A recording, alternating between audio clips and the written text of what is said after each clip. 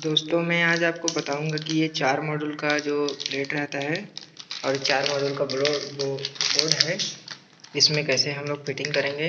तो ये और मेरे पास में है 4 मॉड्यूल का कोना कंपनी का प्लेट। तो इसमें हम लोग लगा देते हैं दोस्तों एक स्विच और सॉकेट। तो सॉकेट हमको एक लगेगा और 2 स्विच लगेगा। तो 2 स्विच की ज़रूरत नहीं है दोस्तों, यहाँ पे वायरिंग खाली स्विच और सॉकेट का ही है। एक न्यूट्रल फेस और एक ग्राउंड का है। तो हम लोग एक में डमी प्लेट लगा देते हैं। तो चलिए मैं आपको लगा के दिखाता हूँ। दोस्तों मैंने इसको निकाल लेता हूँ। इस प्रकार से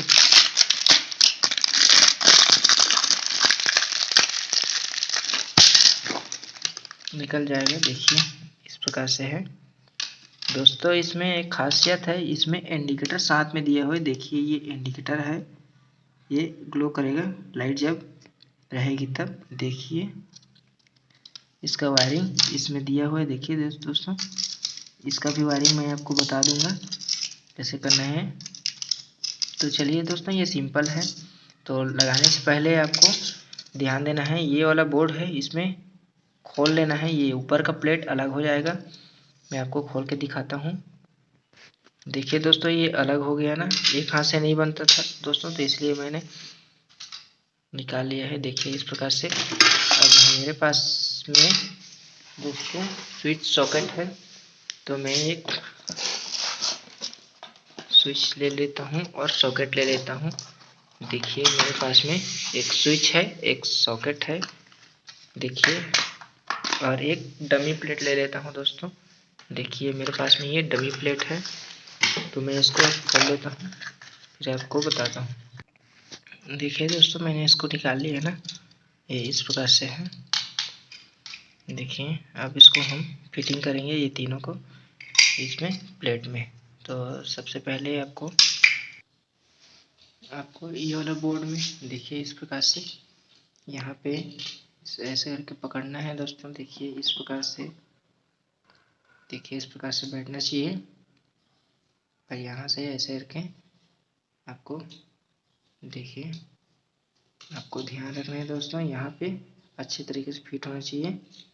देखिए ऐसे करके इसको और इसमें इस प्रकार से ऐसे करके आपको प्रेस कर देना है। देखिए दोस्तों प्रेस हो गया, अच्छी तरीके से फिट हो गया। तो इसी प्रकार से हमको स्विच का भी करना है। तो ध्यान रहे दोस्तों, ये जो लिखावट है दोस्तों ये ऊपर की तरफ ही रहना चाहिए हमेशा। देखिए ये लिखावट है, अगर लिखावट नहीं है दोस्तों तो यहाँ पे ये एंकर या कोना या फिर और कुछ लिखा रहता है, ये लोगो हमेशा ऊपर रहता है, ये नीचे रहता है। तो इस प्रकार से आपको करना है। देखिए इसको भी इस प्रकार से बीच में रखना है और दोनों को प्रेस में अच्छे से प्रेस कर देना है। देखिए दोस्तों इस प्रकार से लगा देना है। तो हमारा बन के तैयार हो गया ना। जो लास्ट में है दोस्तों, यहाँ पे हमको ज़रूरत नहीं है तो हमको ब्लैंक प्लेट बोलते हैं इसको, ब्लैंक प्लेट भी लगा देना है, लगा सकते हैं, या फिर आप स्विच भी लगा सकते हैं या इंडिकेटर भी लगा सकते हैं। देखिए दोस्तों इस प्रकार से। तो चलिए मैं आपको वायरिंग करके दिखाता हूँ। आधा वायरिंग तो यहाँ पे हो जाएगा दोस्तों, एक तो यहाँ से लिंक, उसके बाद में वहाँ पे बोर्ड की तरफ जाएंगे तो करेंगे। तो वायर का छोटा टुकड़ा लेंगे,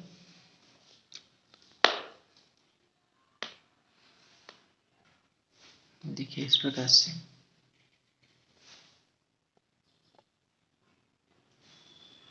हम लोग इसमें लिंक कर देंगे।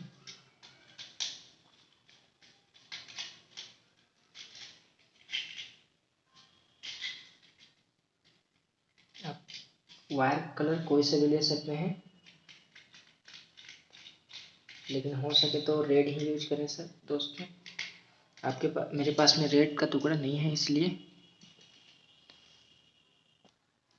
देखिए दोस्तों हमारा तैयार हो गया है।